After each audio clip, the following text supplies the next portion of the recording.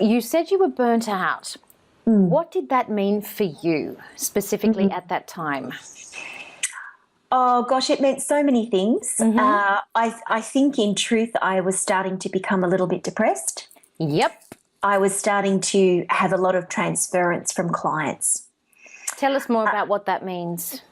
So what that means is that a lot of the sadness and the anger and the frustration that my clients were experiencing, my boundaries started to become more wavy and jelly-like. And whereas previously when I first started counselling, I felt like I had this really strong shield around me, even though I lacked in confidence and skill and experience as a young counsellor, I felt much more able to step into a session and step away and be okay. Whereas towards the end, when I did start to feel not as great about it, I started to have lots of thoughts along the lines of, this is not helping, this is one person in 1,000, I just don't feel as though I'm having the same impact as I once was. And I just started to feel burdened. I started to feel a lot more burdened. And the result of that for me was I wasn't sleeping as well. I was getting to the weekends and I just didn't really have any enormous interest in going out and having fun because I was starting to think a lot about my clients that, you know, couldn't even afford to pack a nice picnic and go and do something nice for themselves. Like I just started to think about them far too much, and I started to take on board a lot more things than I used to. And of course it's understandable that what can happen in those situations sooner rather than later is that you become pretty overwhelmed pretty quick. And as I said, you know, I'd go away on a holiday and that was lovely and it would help. But then within a week or so of getting back from that holiday, I was starting to think about, well, where am I going next?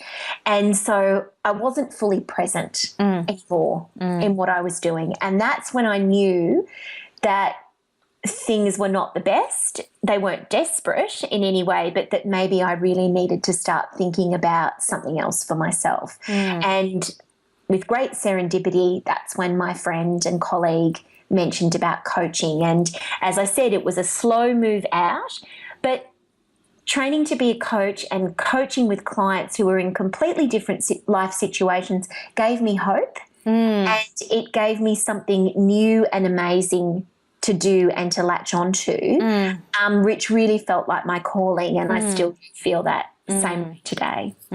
That was your intuition kicking in, because you always knew you were going to work with people. You just didn't know in what capacity it was going to change and develop. And, you know, it's interesting that you say you were probably very tired, not sleeping very well. And, yes. Yeah, not feeling so good, because that's one of the reasons why I wanted to talk to you about the third eye, because it's our pituitary gland that governs this area, and the pituitary gland is so important. It actually not only, it's like the hypothalamus's 2IC.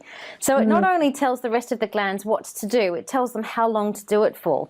So if you've been in a prolonged state of stress, there's no longer just adrenaline in your system. It starts to turn into cortisol, and that's when you start feeling really exhausted and depleted. So yeah, it's so great. And then, so when you made that transition, what was the conscious choice or choices even that you made so that you wouldn't take on your old habits of being burnt out into your new realm and way of being and working? How did you make that transition a little smoother?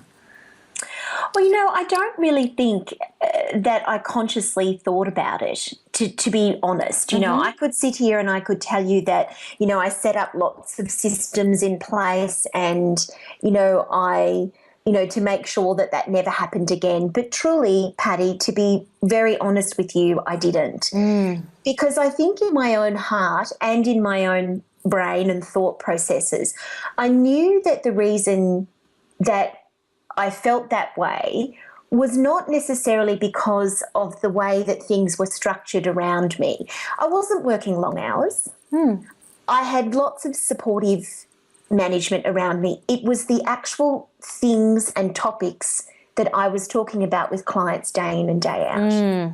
Self-harm, suicide, severe domestic violence, sexual abuse, And I was talking about none of those things with coaching clients. So important. Yeah. So we were talking about, you know, amazing careers and confidence and self-love and having beautiful relationships and getting in touch with ourselves and doing all those things. And those conversations energized me.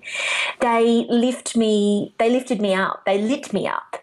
And so I never really felt that much of a need to sort of think about falling back into old habits, because it felt like a completely new pathway. Now, in saying that, when I started the academy and got much busier in my life, there's certainly no doubt that, you know, I don't think you ever work harder than you do when you work for yourself. And so, you know, needing to be careful about feeling run down or tired and things like that is something that I do need to be mindful of in this present moment and today, but for completely different reasons. And I'm very happy to talk about the fact that how if I don't watch those things, this starts to close down.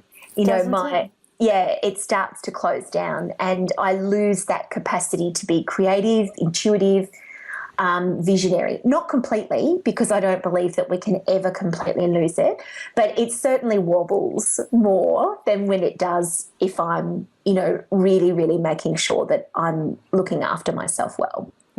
I love that, because just because you do it one time doesn't mean you get out of jail free for the rest of your life. You've got to maintain it, don't you? Yeah, you do. Absolutely. Yeah. Yeah.